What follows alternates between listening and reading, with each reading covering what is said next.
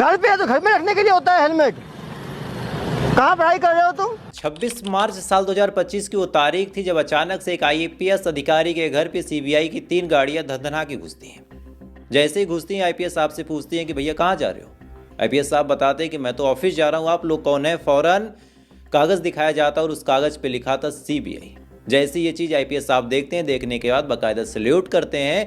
उसके बाद सीबीआई उनको बताती है कि आपके घर पे रेड पड़ी और आप कहीं नहीं जा सकते। आईपीएस साहब ये बात सुनने के बाद बुरी तरह चौंक जाते हैं, क्योंकि अब तक उन्होंने दूसरों के घर पे रेड डाली थी, दूसरों को पकड़ने गए थे, जाहिर सी बात है अपराधियों को ही पकड़ने गए थे, लेकिन आज उनके ऊपर ही रेड पड़ गई। और ऐसा नहीं था कि केवल उन्हीं के ऊपर रेड पड़ी थी, बल्कि पूरे देश में 60 से ज़्यादा जगहों पर रेड पड़ी थी। छत्तीसगढ़ के मुख्यमंत्री के घर पे भी रेड पड़ गई थी, लेकिन वो मामला इतना हाईलाइटेड नहीं हुआ जितना हाईलाइटेड ये मामला हुआ कि एसपी पल्लो के घर पे कैसे रेड पड़ गई। कौन है एसपी पल्लो और ऐसी कौन सी वजह आन पड़ी कि इनके ऊपर जब रेड पड़ी तो पूरा जनता जनार्दन जो था एक सुर में पूछ रहा था कि हमारे वीडियो तो बाबू सोशल मीडिया पे बहुत वायरल हुए, इनके ऊपर जब रेड पड़ी इनका वीडियो क्यों नहीं वायरल हुआ। और ये सवाल जब निकल के सामने आया तब मेरे प्लेलिस्ट में एक वीडियो और जुड़ा, कौन जवाब देगा, जवाब कौन देगा।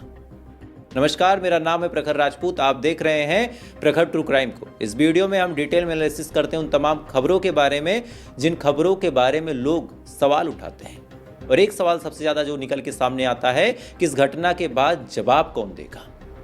दरअसल एसपी पल्लो की जो कहानी है, कहानी किसी नाटक से कम नहीं है। साल 2013 से पहले एसपी पल्लो एक डॉक्टर थे, एमबीबीएस कर रहे थे। एमबीबीएस करने के बाद उन्होंने अच्छी खासी डिग्री हासिल की, लेकिन अचानक से उनके आईपीएस बनने के पीछे जो कहानी है कि एक बार वो किसी पेशेंट से मिलते हैं, वो नशे का आदी था, उससे पूछते हैं कि बाबू नशा क्यों किया तुमने। इसके बाद वो आदमी बताता है कि नशा तो किया लेकिन मैंने अपनी बेटी को भी बेच दिया। ये बात एसपी पल्लो को इस तरह आहत कर जाती है, ये बात उनके दिल में इस कदर घर कर जाती है कि छत्तीसगढ़ में नशे के लिए लोग लड़कियों को, अपनी बच्चियों को बेच रहे हैं। उन्हें लगा कि यार डॉक्टर बन के मैं कुछ खास सुधार कर नहीं पाऊंगा। इसके बाद उन्होंने यूपीएससी की तैयारी की, ऑल इंडिया 262 के करीब उनकी रैंक है। उसके बाद वो आईपीएस बन गए। आईपीएस बनने के बाद सबसे पहले नक्सली इलाके में उनकी पोस्टिंग होती है। वहाँ पे उनके ऊपर डाउट उठा कि क्या ये कुछ काम कर पाएंगे, लेकिन उनका एक वीडियो वायरल हुआ जिसमें वो रो रहे थे और साथ ही जिस हिसाब से उन्होंने अभियान चलाए, नक्सली इलाके में उन्होंने काम किया, लोगों ने काफ़ी सराहना की। लेकिन शायद एसपी पल्लो को यहाँ उतनी मकबूलियत, इतनी शोहरत नहीं मिली थी जितना आने वाले कुछ सालों में मिलती है।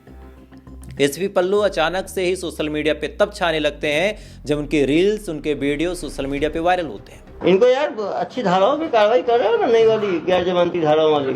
किसानी करते हो, बेदागी करते हो, कैसे बोल रहे फाइन नहीं बढ़ाओगे तुम? फाइन नहीं पटाऊंगा, नहीं बोलूंगा। क्या बोले बताओ जरा। फाइन नहीं पटाऊंगा। नाबालिग को गाड़ी कैसे दी तुमने? नाबालिग को गाड़ी कैसे दी तुमने? आधार कार्ड सबसे पहले शुरुआत उन्होंने ट्रैफिक नियमों को लेकर की थी। देखने में बड़ा अच्छा लगा कि यार एक आईपीएस अधिकारी माइक और कैमरे के सामने लोगों को जागरूक कर रहा है, हेलमेट लगाने को बोल रहा है और जो नाबालिग है उनको गाड़ियां देने से रोक रहा। इसके बाद धीरे धीरे मामला आगे बढ़ा। कैमरे के सामने एसपी पल्लो ने पूछताछ शुरू कर दी उन अपराधियों से जिन्होंने कोई अपराध किया था। अगर किसी ने बर्थडे में बड़े चाकू से केक काटा तो उससे पूछताछ हुई, किसी ने कोई पोस्ट किया तो उससे पूछताछ हुई, किसी ने 315 खरीद लिया तो उससे पूछताछ हुई, और ये तमाम पूछताछ कैमरे के सामने होती रही। अब यहाँ पे भी जनता दो पक्ष में बट गई। किसी का कहना है यार कि इस तरह से वीडियो जो एसपी साहब डालते हैं इससे लोग जागरूक होते हैं, इससे एक मैसेज मिलता है कि क्या हमें करना है क्या नहीं करना है। वहीं दूसरे पक्ष का कहना है यार कि कभी किसी बड़े अपराधी को भी पकड़ के लाओ। ये बर्थडे में केक काटने वाले, ये बर्थडे में हुड़दंग मचाने वाले, बाइकों से स्टंट करने वाले लोगों को तो खूब जलील कर लिया। किसी सीरियस अपराधी को भी पकड़ के उससे ऐसे सवाल जवाब करो तब मजा आए। खैर, लोगों का जो ओपिनियन था दो पक्षों में बटा हुआ था, लेकिन इसके बाद जो कुछ हुआ वो हैरान करने वाला था। एसपी पल्लो जिनके सोशल मीडिया पे लाखों करोड़ों फॉलोअर हैं, अचानक से 26 मार्च साल 2025 को जब उनके घर पे सीबीआई की रेड पड़ती और पता चलता है कि घोटाले में उनका नाम निकल के सामने आया है, तब वही पब्लिक परेशान हो गई कि आखिर कौन सा घोटाला था और इनका नाम कैसे आया। तो आपको बड़े आराम से हम उस घोटाले के बारे में बताएंगे और फिर सवाल उठाएंगे कि जवाब कौन देगा। दरअसल साल 2016 में छत्तीसगढ़ के ही 3 लड़के, जिनमें से एक का नाम था सौरभ चंद्राकर, दूसरे का नाम था रवि कुप्पल और तीसरे का नाम था अतुल अग्रवाल, इन तीनों ने मिलकर एक ऐप बनाया। इस ऐप पे ये लोगों को गेम खिलाते थे, जैसे क्रिकेट हो गया, पोकर हो गया, 3 पत्ती हो गया, और सट्टे लगवाते थे। धीरे धीरे इनका बिजनेस, इनका ये ऐप फलने फूलने लगता है, लेकिन उस हिसाब से शोहरत नहीं मिलती।